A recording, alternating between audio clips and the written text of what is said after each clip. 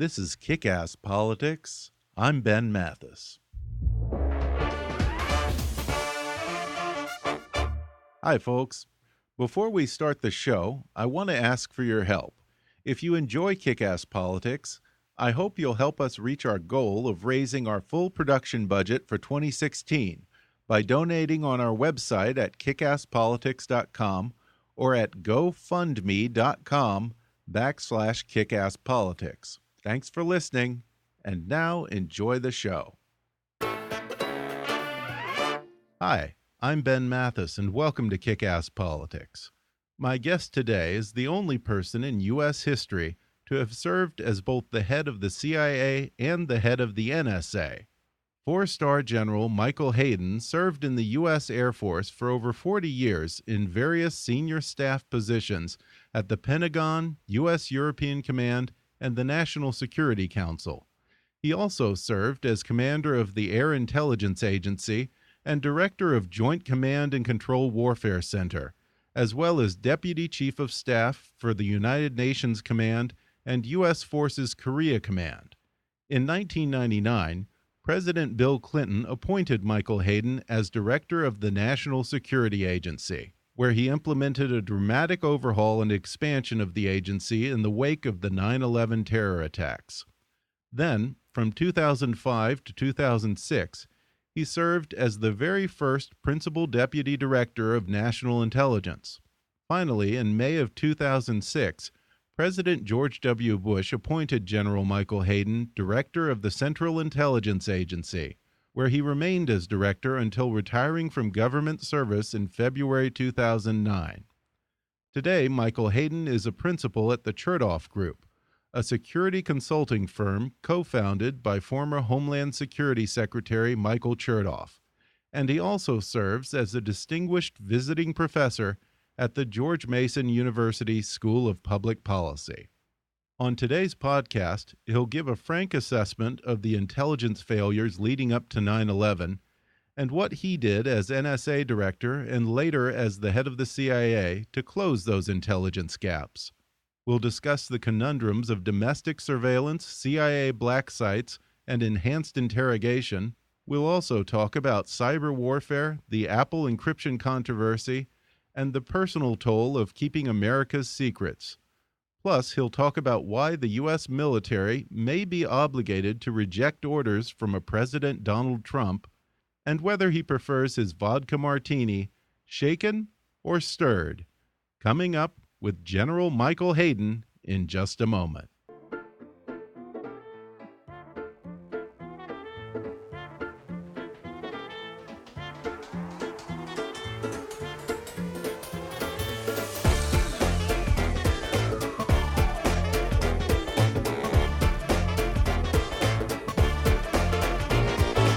Hollywood to Washington, it's time for Kick-Ass Politics.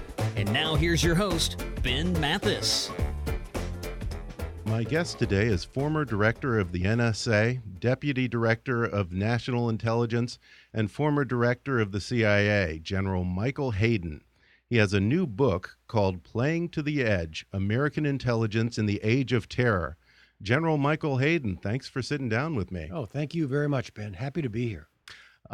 If I ask you something that's classified or you can't discuss, feel free to kick me under the table here, okay?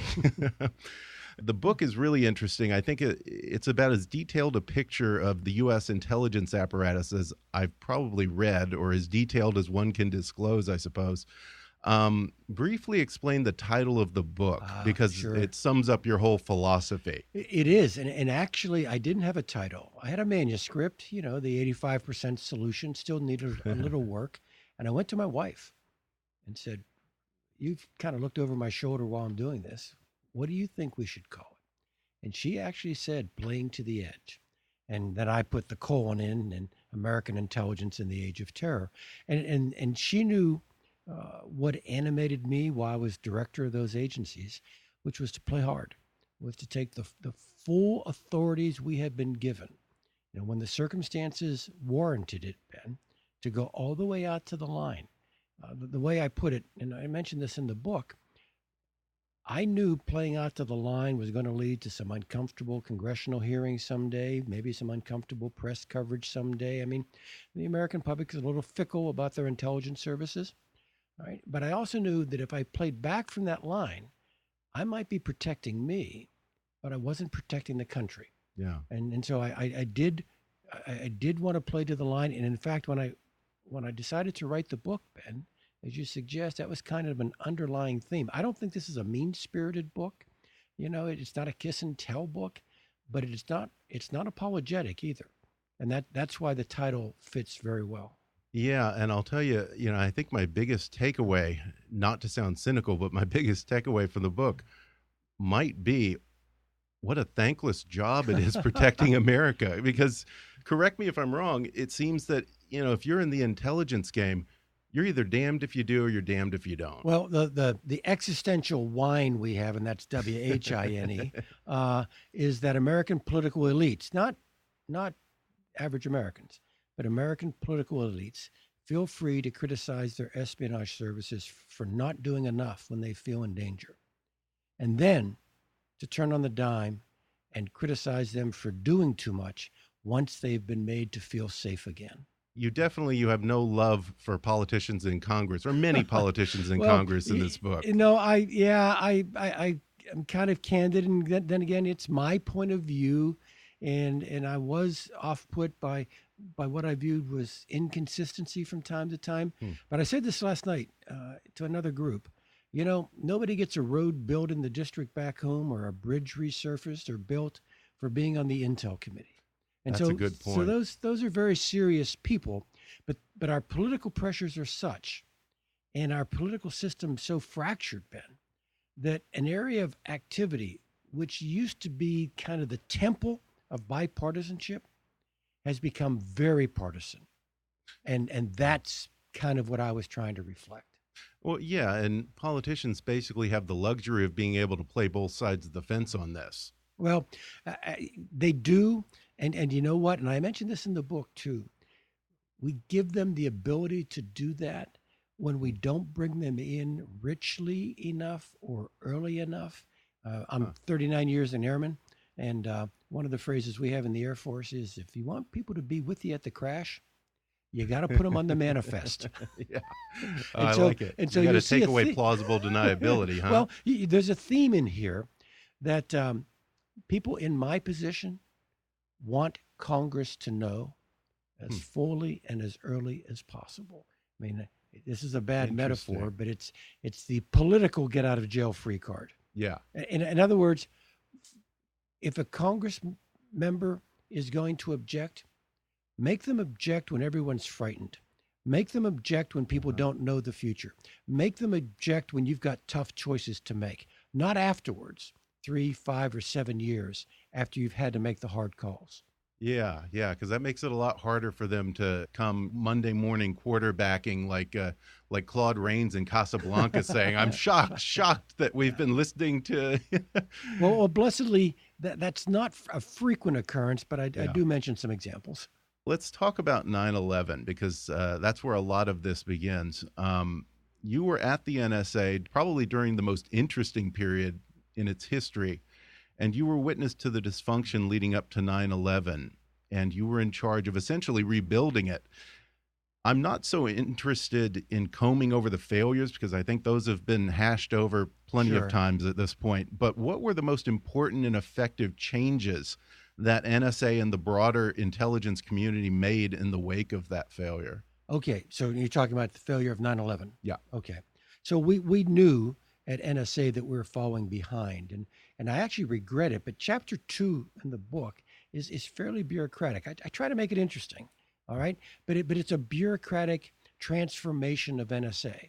But you can't understand what happened on 9/11 if you don't have a sense of what we were trying to do before 9/11. And Ben, I think the point you're suggesting is we knew a lot of the things that we accelerated change on after 9/11. We knew before, and it already started it. So what we got from 9/11, Ben, what was actually, there's a passage in the book where I pulled the leadership in at NSA within weeks of the attack. I said, look, we've been doing transformation here now for about a year. Do we need to change something? And in the book, it says very clearly, the consensus I got from my leadership was change nothing, accelerate everything. And so what we got after 9/11, number one, was that sense of urgency that it didn't matter that we were breaking old China. We had to move forward. And then, Ben, to be perfectly candid, we got lots of money. and that Yeah. makes change easier. Yeah, definitely. Talking about 9/11, given that it took 10 years for us to find Osama bin Laden, at least to many people, it appeared that he was hiding in plain sight. Is it fair to say that? Would you consider that it was at least a partial intelligence failure? You know, there's a passage in the book where I talk about CIA analysis. And I get asked the question, General, on a scale of 0 to 10, how would you rate CIA analysis? And I paused. There's a bunch of civilians that was asking me, serious civilians, asking me the question. And I paused before answering. And then, Ben, I said, well, the first thing you got to understand, we don't do 8, 9, and 10. If you can get something to 8, 9, or 10, they're not asking us the question. That's being chucked down the street to the Department of Commerce or something. And so these are very, very hard issues. Now, to get to your point about bin Laden, when I learned he was at Abbottabad, I was surprised. Our assumption had been he would be in the most remote areas possible. Right. And now here it is. You have him living in a mid-sized Pakistani town, less than a mile from their equivalent of West Point. And so I must admit that was a bit surprising. But I was going over my notes for actually doing research for the book. And I'm going through these boxes of things that the agency CIA had kept for me. And I came across my notes for a briefing I gave President Bush in December of 2008. And in those notes, I had my people telling me that we were doing pretty well tracking down this guy we thought might lead us to bin Laden, this guy named Ahmed al-Kuwaiti. And I was first briefed on chasing the courier late 07, early 08. And the way I describe it is from that point on, not one brick at a time, but one grain at a time, we then began to build the line that finally took us to Abbottabad. Wow. So that was about a 3-year process. Oh, then. yeah. Look, we were looking for him all the time. Right. And we tried when multiple you had your first approaches. decent lead. But late 07, early 08, they came into me and said, we're going to put our energies into tracking the courier. And the rest is kind of history. Yeah. Well, it brings up an interesting point because in the era where you're not fighting against an organized state with easily identifiable agents, how in an ocean of people, I mean, you can talk domestic surveillance here in America or just abroad, how in an ocean of people do you even begin to know who you want to target for surveillance? Ben, you are bringing up the fundamental tectonic shift in terms of the challenge that American intelligence has. You're absolutely right. I'm old enough to remember when all the pieces on the board were nation states. And now, because of the world we live in, because of the empowerment of individuals and groups, the interconnectivity of practically everyone on the planet, we now, Ben, have groups, gangs, and even individuals who can actually create evil effects against us, evil effects we used to associate only with malevolent nation states. Yeah. And so we've had to turn and go after this new kind of actor. And Ben, that's not just a technological problem. That's a political, policy, and legal issue too. And look, I can't find a civil libertarian who raised his little finger over NSA intercepting Soviet strategic rocket forces command and control networks. All right. Yeah. But the 21st century equivalent of that are Al-Qaeda or ISIS or proliferator emails sitting out there on the web with your emails and mine. Yeah. So you've got not just the technological challenge of finding them, you've got these legal and policy issues. I mean, you go to the American people and, I mean, you don't mind that I'm fishing in the same stream where your stuff is, right? Yeah. Well, I mean, if you can't cast a broad net, then how do you even begin to know how to narrow it down to real possibilities? Ben, thanks. And that's what I try to explain in the book. I actually point out that the things we started after 9/11, these weren't things sitting in the lower right-hand desk drawer of the director of NSA, waiting for something bad to happen so he could spring them on the American people. They were logical response, controversial, I get it, but logical responses to the new demands that we had in front of us. But one of the most controversial aspects of this has been the so-called domestic surveillance. In the book, you attempt to clear up some misperceptions about domestic surveillance programs. Can you dispel some of those right now? Sure. I mean, number one, it was indeed a logical response to the new problem we had. Ben, for 2 centuries, we had tried to preserve both our security and our liberty by kind of putting foreign stuff over on one side and domestic stuff over on this side, intelligence stuff over here, law enforcement over there. And on 9/11, those 19 hijackers drove through that seam between foreign and domestic law enforcement and intelligence. And so the requirement we had was, how do you fix that seam without doing something that genuinely endangers American liberty and privacy? And the terrorist surveillance program was our best answer at responding to that. And one of the things we did was, no fooling, we had the phone companies give us the metadata of calls within, to, and from the United States, so that we had this pool of data that we could query when we had what we called a dirty phone number, Ben. We call it the seed number. So picture, if you will, we raid a safe house in Yemen, and we grab a guy whose pocket litter tells us, oh yeah, this is a bad man. And he's got a cell phone on him that we've never seen before. What we wanted to simply do was to kind of go to that ocean of data, and I fully admit it was an ocean, to go to that database, the terrorist surveillance program database, and kind of figuratively yell through the transom, say, hey, anybody in here talk to this phone? And if a number in the Bronx kind of raised its hand and said, well, yeah, I talk to him every Thursday. Yeah. NSA then gets to say, well, who do you talk to? Ben, I'm done explaining the metadata program. There was nothing more done to that data. And at that point, with that lead information, you turned it over to the FBI, who then used their authorities if they thought there was anything more to be done. So it was just basically what you were doing is you were identifying the people, who was talking to who and where they were. You weren't actually reading texts. Oh, no. Phone calls. No, there were other parts. The FBI was there were other parts of the program that allowed us to intercept international calls. And so this could be terrorist calls, both ends of which were in the United States. I'm sorry, both ends of which were abroad, or one end of which was in the United States. And indeed, Ben, without a warrant, NSA did intercept the content of those calls, but we already had reason to believe that one or both numbers were already associated with Al-Qaeda. And frankly, Ben, that was never controversial. Everyone understands that met the reasonableness standard of the Fourth Amendment. Well, yeah, I guess the biggest fear that people have is that it creates a precedent that can be used more broadly. And I get that. All right. Yeah. I get that. I just told you what happened to that ocean of metadata, right? And so to my mind, I should calm down all 330 million of us. But there are an awful lot of people out there, and I mean serious, good people, who actually have a legitimate interest in liberty and security, who come to the same conclusion you did, which is, okay, Hayden, I get it. You didn't abuse it. It was used for just the very purpose you said it was used for. By the way, that's true, and no one's challenged that. But you know what? I'm just not comfortable with any government, even my own, having that data, because there is a potential for abuse. I get that one. That is a legitimate concern.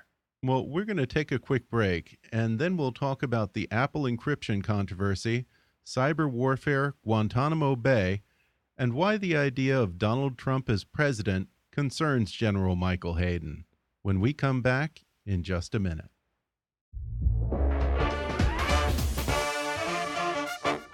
If you're enjoying my conversation with General Michael Hayden, then you should read his new book, Playing to the Edge: American Intelligence in the Age of Terror.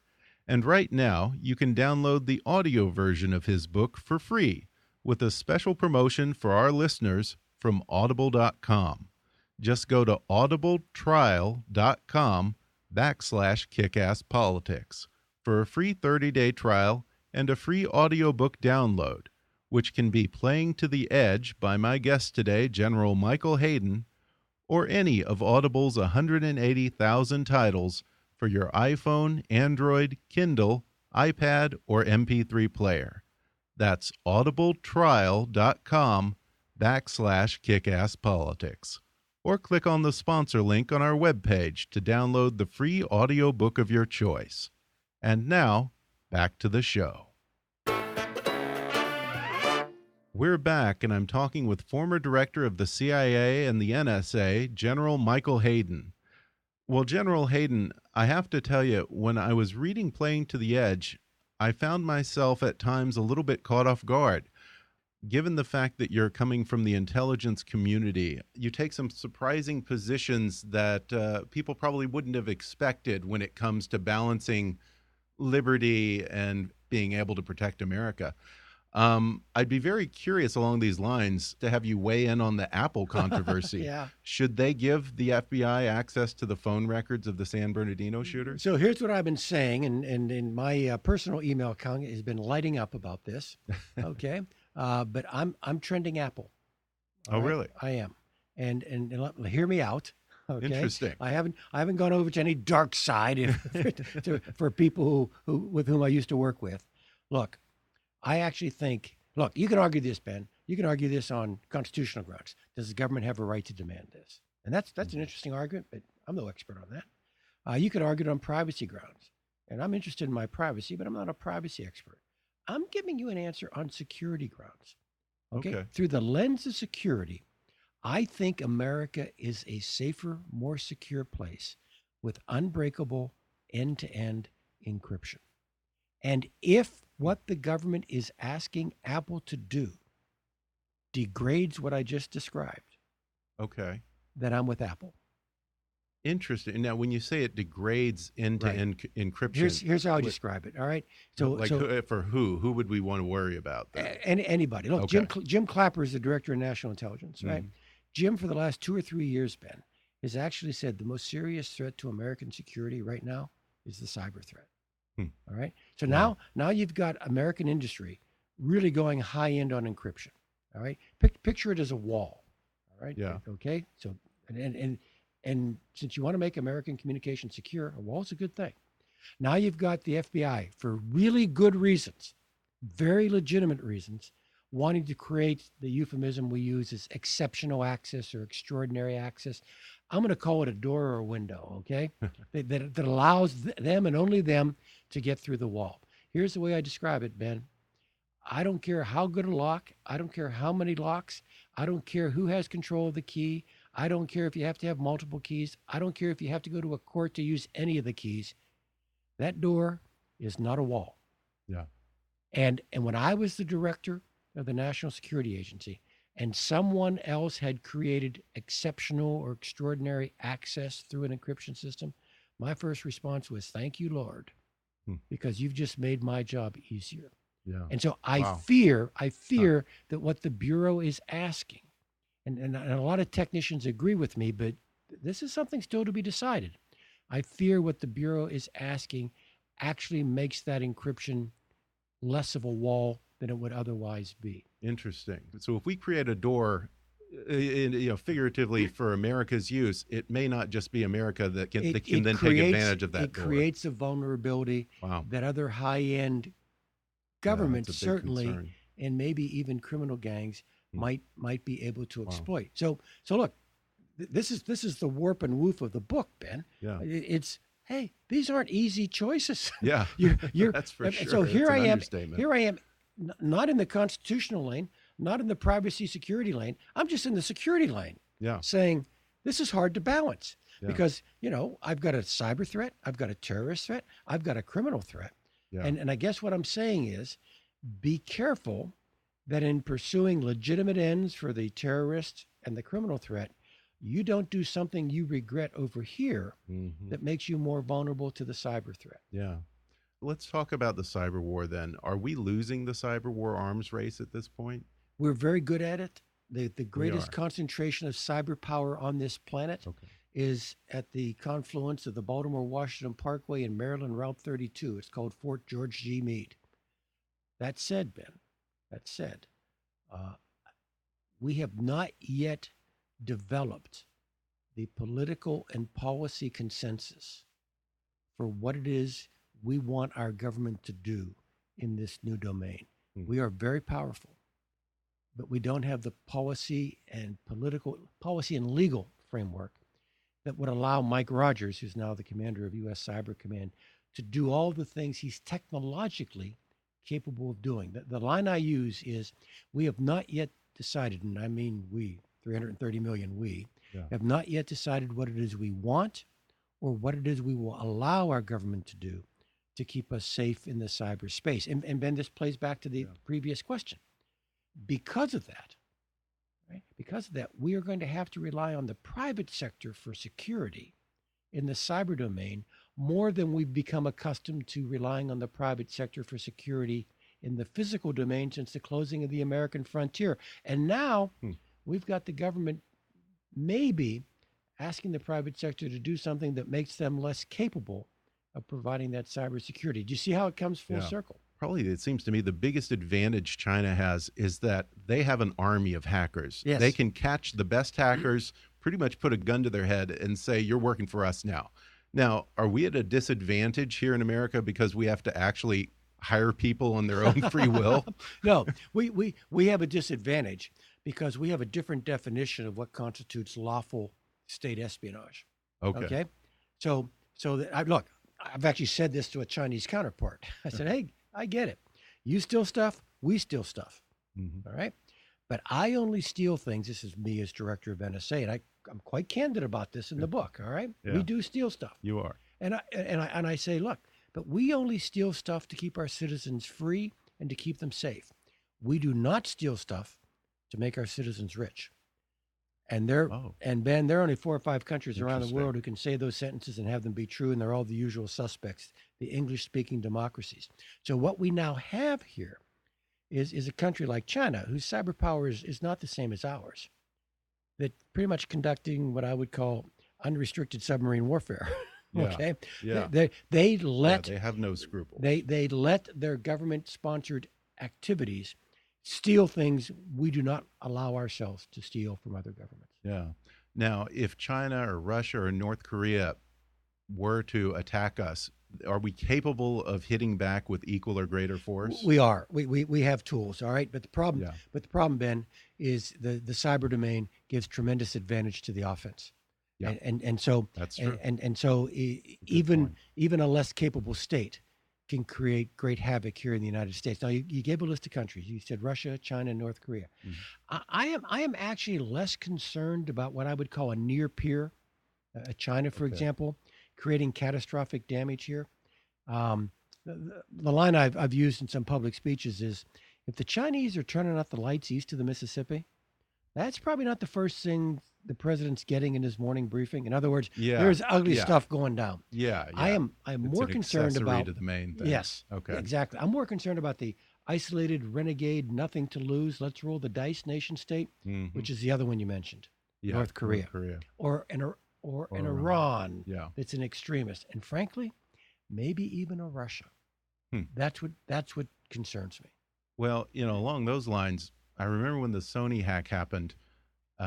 Shortly thereafter, their internet went out for about 10 hours. Would it be safe to assume that probably wasn't an accident? It would be safe to assume it wasn't an accident, but I would not automatically assume that was done by the United States government, which has refused to confirm or deny its activities. Well, yeah, I mean, they barely have working plumbing in North Korea. I was going to say, and bringing the North Korean internet to its knees, probably not that dramatic a thing. Yeah. President Obama recently said that he's going to try and close Guantanamo prison, and supposedly he's going to send a proposal to Congress. Is that just posturing? No, it's not posturing. He's very sincere about it. And frankly, I have to admit, the Bush administration pushed more people out of Guantanamo than the Obama administration. Really? So we were trying to reduce the population. Now, all that said, Ben, I'm a bit uncomfortable. All right? It looks as if the president is doing this based upon the electoral shot clock. Yeah. I want to get this done while I'm still president. I don't want him taking any crazy shots from mid-court just because the clock is running down. Right. I would also prefer that we not solve, that word's in quotes, this issue by creating a constitutional crisis. In other words, the president attempts to do it by executive order, even in the face of legislation that says no. And then finally, Ben, there's one other point. This president and President Bush have both said we're at war with al-Qaeda. That gives us the legal underpinning to actually go kill some of these people who threaten us. Ben, it also gives us the authority and the legitimacy to capture people who threaten us without ever putting them in front of a court of law. A lot of people view Guantanamo as lawless, right? It's not lawless. Yeah, that is how the media portrays it. We have several structures of law we can rely on. One is criminal law. The other is the law of armed conflict. And by the way, Ben, if President Obama brings some of these prisoners to the United States, some of them are still going to be forever prisoners. In other words, people we're never going to try and people we're never going to let loose. I actually think as part of a package solving Guantanamo, you can probably tell I'm less interested in the geography than I am in the broad approach. I think as part of a package with regard to Guantanamo might be a commitment that we actually are going to go out there and capture people as members of an opposing armed enemy force without this pre-existent requirement that we don't grab anybody unless we think we can put them in front of a judge in New York. Yeah. There are also many people who call for closing of these so-called black sites, these secret prisons operated mostly in host countries outside the U.S. You have argued in the book that we need to empty them but not close them. If we're going to empty these prisons, then what's the purpose of having them? Sure, that was contemporary. That was my position in 2006. Okay. All right. And I became director in May. The detention and interrogation program was a pretty big elephant in the room. We needed a way forward. And what I said to the president, eventually, through Steve Hadley, the National Security Advisor. Oh, yeah, he's been on the show. Yeah. I said, Steve, we're not the nation's jailers. We're the nation's intelligence service. Most of the intelligence value of these guys has already bled off. I get it, Steve. It's not zero, but most of it has bled off. I want to pass these guys on. So on Labor Day weekend, 2006, Ben, we shipped 14 prisoners to Guantanamo.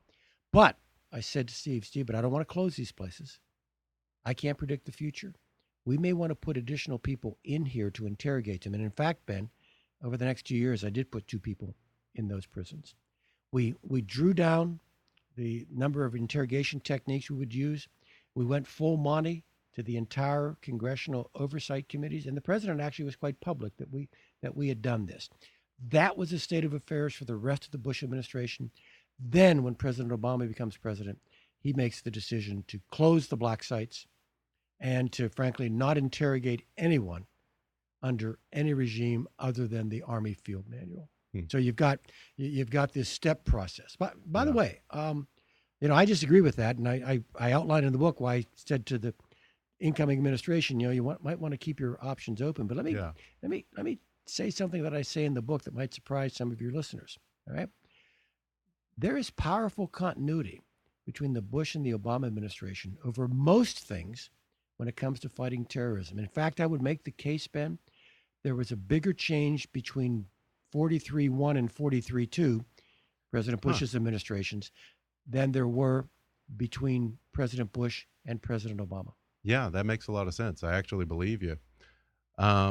Well, you've made some real headlines in the past few days here because you said that, and today we're recording this on Super Tuesday. We are. You said if Donald Trump were elected, the military would not necessarily be obligated to follow certain orders of his that he has described. What is it that scares you the most about the idea of Donald Trump as commander-in-chief? Well, here's how I've characterized it. And, I try not to be a political person. So I'm answering your question as a military professional. Yeah. All right. So number one, or a national security experience kind of guy. Yeah. All right. So number one, what I say is if a President Trump governed consistent with some of the things he has said as candidate Trump, I would really be worried.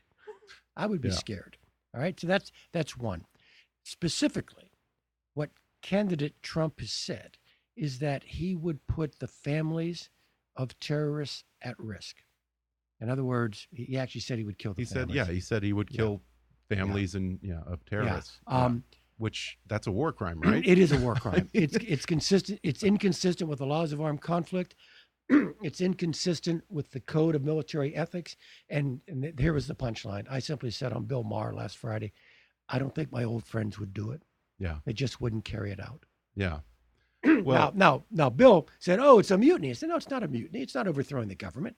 It's simply saying an unlawful order is not an order." Yeah. Yeah. Well, I hope that they wouldn't carry that out.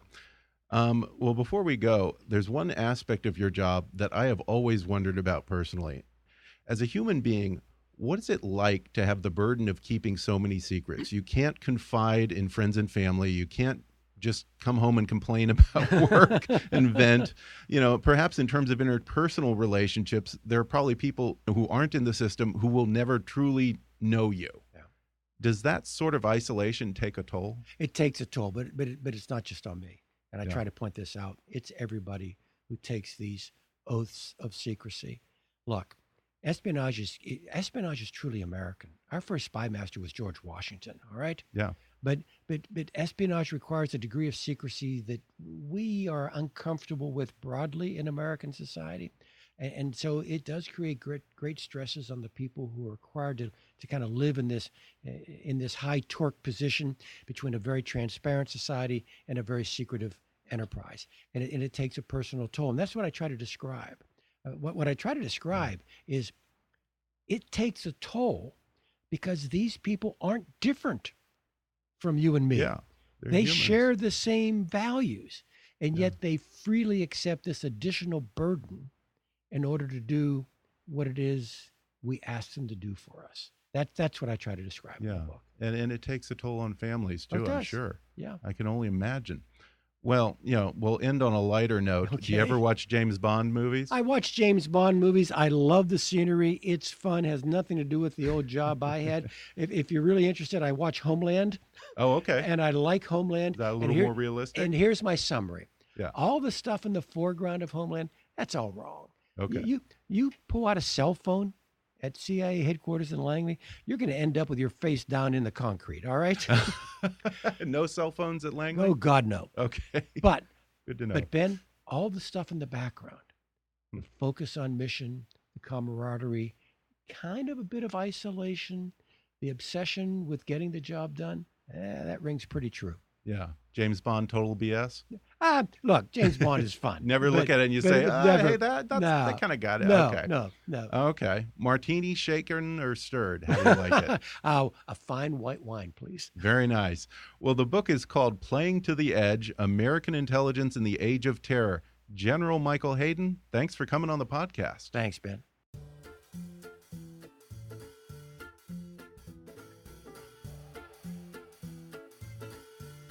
My thanks again to General Michael Hayden for coming on the show. And you can follow him on Twitter at GenMHayden. That's GenMHayden. I'll also include Amazon links in the show notes and on our website, so you can order his new book, Playing to the Edge, American Intelligence in the Age of Terror. Or if you prefer to listen to the audiobook, you can actually download that for free through that special trial offer just for our listeners at audibletrial.com/kickasspolitics. Don't forget to subscribe to Kick-Ass Politics and leave us a review on iTunes. That helps a bunch with our podcast rankings. And if you really want to help out, then donate to our GoFundMe campaign at gofundme.com/kickasspolitics. Or click on the donate button on our website at kickasspolitics.com. Your support is very much appreciated. Follow us on Twitter at @KAPolitics or visit Kick-Ass Politics on Facebook. And while you're there, recommend Kick-Ass Politics to your friends on your social media. And as always, I welcome your comments, questions, threats, and suggestions at comments@kickasspolitics.com. On the next episode, from birther conspiracies and 9/11 truthers to the wild speculation around the recent death of Justice Antonin Scalia, I'll be debunking wingnut conspiracy theories with my guest, Dr. Michael Shermer, founder and editor of Skeptic Magazine. Dr. Shermer will explain the psychology behind conspiracy thinking and how much of our predisposition toward conspiracies is actually a holdover from the completely rational survival instincts of our caveman ancestors. He'll talk about what kind of people buy into conspiracy theories, and I guarantee that some of his answers will surprise you. He'll also raise alarming concerns about the recent trend of irrational conspiracy theories going mainstream, as media figures like Jesse Ventura and Alex Jones perpetuate the cycle of delusion, and paranoia increasingly affects American politics. Plus, we'll cover the moon landing, anti-vaxxers, Sandy Hook, the Denver airport, the death of Vince Foster, the Illuminati, the Bilderbergers, Area 51, chemtrails, and much, much, much more. When we put those and other wingnut conspiracy theories to the ultimate test with my guest, Skeptic Magazine's Dr. Michael Shermer, on the next podcast. But for now, I'm Ben Mathis, and thanks for listening to Kick-Ass Politics.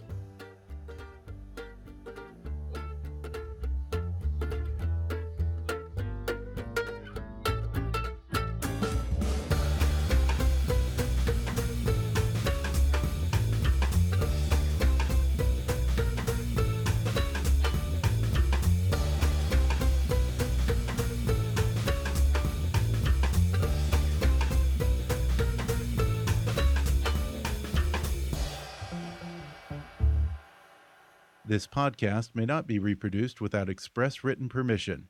Kick-Ass Politics is a trademark of Mathis Entertainment, Inc.